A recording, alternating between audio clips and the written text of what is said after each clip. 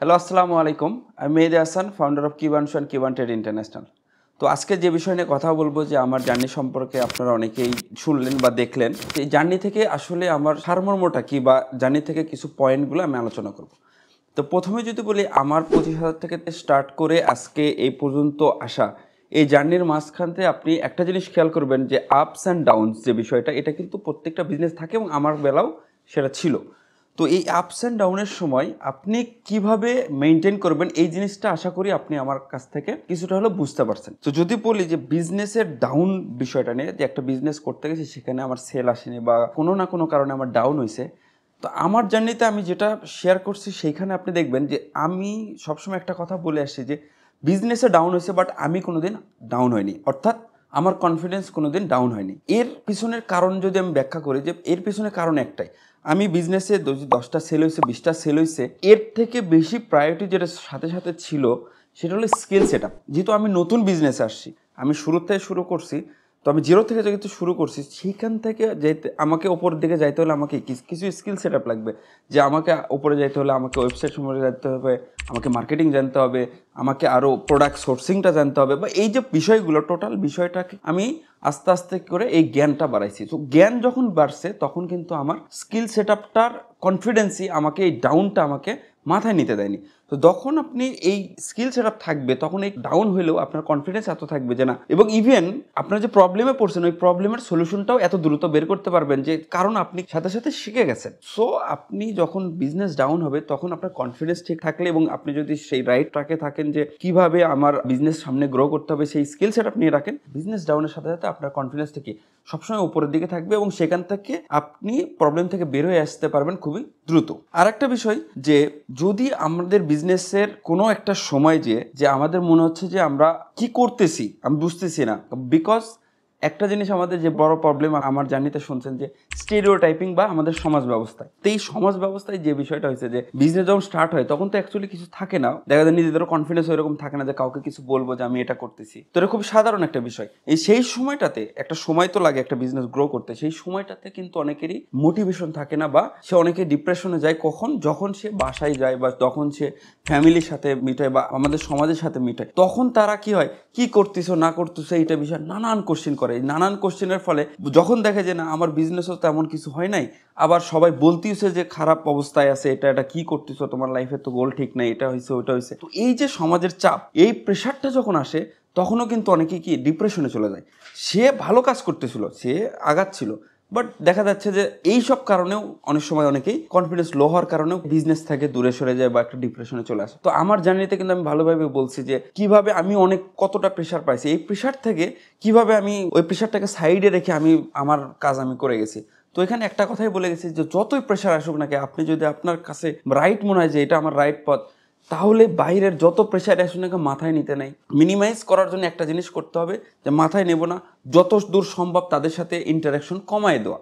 আমি বলতেছি না ইন্টারাকশন না করা, বাট কমায় দেওয়া যত দূর সম্ভব আপনি আপনার মতো রাখেন, কিছুদিন আপনি সময় দেন তারপরে যখন আপনার কনফিডেন্স আসবে তখন আপনি সেটাকে সামনে নিয়ে যান। তো আরেকটা বিষয় হলো যে ওভারনাইট সাকসেস কামনা করি আমরা অনেকেই বিজনেসে। আমরা আসার পরে মনে করি বা অন্যের দেখি ওনার হচ্ছে যে এততে 2 বছরে এটা হলো, তার 1 বছরের মধ্যে দেখলাম যে তার চেঞ্জ হয়ে গেল, কিন্তু আমরা আসলে দূর থেকে দেখি, তো যার কারণে আমরা বুঝতে পারি না আসলে ভিতরে তার কতটুকু করা লাগছে বা কতটুকু হয়েছে। তো বিজনেস, আপনি আমার জার্নি থেকে একটা জিনিস দেখছেন, বিজনেস ওভারনাইট আমি কিন্তু সাকসেস আসে নাই এবং আসবেও না কখনো। আপনাকে যদি সাস্টেনেবল একটা বিজনেস দাঁড় করাইতে হয় তাহলে অবশ্যই কী করতে হবে, আপনাকে একটা টাইম দিতে হবে। তো ওভারনাইট সাকসেসের কথা চিন্তা করে বিজনেসে আসা উচিত না। আপনাকে অবশ্যই কি হার্ডওয়ার্ক করতে হবে এবং টাইম দিতে হবে। যে টাইমের মাঝখানতে এই টাইমে আপনি কতটুকু টাইম ইউজ করতেছেন, কতটুকু কাজ করতেছেন, তার উপর ভিত্তি করে আপনার টাইমটা হবে যে সাকসেস আপনি কবে পাবেন। অনেকের ভুল ধারণা যে উনি তো 1 বছরে এত দূর গেছে, আমিও বিজনেসে নামার পরে 1 বছরে বা 6 মাসে আমি এত দূর এটা করে ফেলবো। তো এটার কারণে হয় কি, এই ধরনের মেন্টালিটি নিয়ে বিজনেসে আসলে হয় কি, বেশি দিন টিকতে পারে না। সে 6 মাস 1 বছর করার পরে যখন কোনো নেগেটিভিটি কোনো কিছু চলে আসে তখন সে বিজনেস থেকে সরে যায় এবং জীবনের জন্য তার দরজা, এই বিজনেসের দরজা সে নিজেই বন্ধ করে দেয়। তো আমি মনে করি যে ওভারনাইট সাকসেস ব্যাপারটা আপনি কখনো মাথায় না নিয়ে এসে আপনি প্রপার ওয়েতে সাস্টেনেবল একটা বিজনেস করবেন, সেটা মাথায় করে আপনি বিজনেসে আসবেন। আরেকটা বিষয় আপনার খেয়াল রাখতে হবে যে আমি বিজনেস করতে আসছি, আমি অন্য কারোর দিকে তাকাচ্ছি কিনা। অর্থাৎ এই বিষয়টা হলো যে আপনি অন্যের সাকসেস বা অন্যের ডাউনফলে আপনি নিজে সেই ইফেক্ট পড়তেছে কিনা। আপনি যখন অন্যের সাকসেস বা কারো ডাউনফল দেখে আপনি ডিসিশন নেবেন যে আপনি কি করবেন, সেটার চাইতে ভালো হয় যে যদি আপনার বিজনেস আপনি যেভাবে যাচ্ছেন ওইখানেই ফোকাস করা। আপনি যদি এই ফোকাস নষ্ট করে অন্যের সাকসেসের কারণে আপনার জেলাসি চলে আসে যে ওর তো হয়ে যাচ্ছে আমার কিছু হচ্ছে না, এই টাইপের যদি জেলাসি আসে আপনার বিজনেস আপনি যতটুকু আগাইছেন আবার তার থেকে বেশি পিছনে চলে যাবে। আমার এই 6 বছরের জার্নিতে আমি আজ পর্যন্ত এই জিনিসটা আমি কখনো করিনি যে কার কি হইলো। আমি দেখছি সবসময় যে একজন আমার পরে বিজনেসে আসে অনেক সময় দেখা যায় আমার থেকে বেশি টাকা ইনকাম করছে, তো সেইখানে আমার কখনো কি চোখ যায়নি বা সেখানে আমার জেলাসি ফিল হয়নি। আমি জানি আমি কি করতেছি, আমি কি করতে চাই, তো আমারটাতে আমি ফোকাস দিছি এবং সেই ফোকাস অনুসারে আমার পরেতে আমি সেখানে সাকসেস পাইছি। যদি আমি ওই সময়টা দেখতাম যে আমার পরে আসলো সে একটা দিকে কি অনেক ভালো করছে, তো আমি ওই লাইনের দিকে গেলাম, আবার কালকে আরেকজন ভালো করলো আমি আর এক লাইনে গেলাম, আমি তখন কি দিশাহারা হয়ে যাবো এক সময়। যে তো আমি মনে করি যে আপনি যেটাতে গোল সেট করছেন, আপনি যেটা করতে চান ওইখানে আপনি থাকেন, ওইখানে আপনি কাজ করেন, ওই বিষয়টা নিয়ে আপনি ঘাটাঘাটি করেন, অন্যের সাকসেসের গল্প শুনে ওইখান থেকে আপনি কিছু জ্ঞান নিতে পারেন, ছোট্ট নলেজ নিতে পারেন। এখানে একটা কথা বলা যায় নেটওয়ার্কিং বিষয়টা, আসলে নেটওয়ার্কিং কতটা জরুরি আমাদের এই বিজনেস লাইনে। আমি মনে করি বিজনেস লাইনের সবচেয়ে বড় স্কিল হচ্ছে নেটওয়ার্কিং তৈরি করা এবং নেটওয়ার্কিংটা ধরে রাখা। একটা কথা বলে যে আপনার লাইফস্টাইল কেমন হবে এটা ডিপেন্ড করে আপনার আশেপাশে মানুষ কেমন। সো আপনার আশেপাশের বিজনেসম্যান যদি ভালো থাকে, অর্থাৎ আপনি যে ভালো বিজনেসম্যানদের সাথে ওঠা বসা করতে পারেন, অবশ্যই আপনি তার চেয়েও ভালো করার কি সম্ভাবনা থাকে। তাদের দেখবেন গল্পে আড্ডা দিচ্ছেন, সেখানেও তুই টুকটাক কিছু জ্ঞান পাচ্ছেন, এমন কিছু পাচ্ছেন যেটা আপনার প্রবলেম হচ্ছিল, শেয়ার করলেন, সবাই শেয়ার করতেছে একটা জিনিস, সেখান থেকে একটা জিনিস নিয়ে আসলেন যেটা আপনার ছিল না। সো বিজনেসম্যানদের সাথে আড্ডা দিলে আপনার স্কিল সেট আপটা আপনি যেটা 1 বছরে পাইতেন সেটা কিন্তু আপনি খুব কম সময় বা দেখা যায় 2 মাসে আপনি ওই রকম মাপের একটা স্কিল সেট আপ আপনি পেয়ে যাচ্ছেন। তো এই আড্ডা বা তাদের সাথে ওঠা বসা এই জিনিসটাতে আপনার কি করতে হবে, তাদের সাথে তো মিশতে হবে। সো এই জন্যই বলি যে আপনি একটা হোলসেলের সাথে মিশতে পারেন, আপনি রিলেটিভ বিজনেসম্যানদের সাথে আপনি ওঠা বসা করতে পারেন, এবং এটার জরুরি এই কারণেই যে একে অন্যের প্রবলেম সলভিং সমাধান বা একটা প্রবলেম হয়েছে।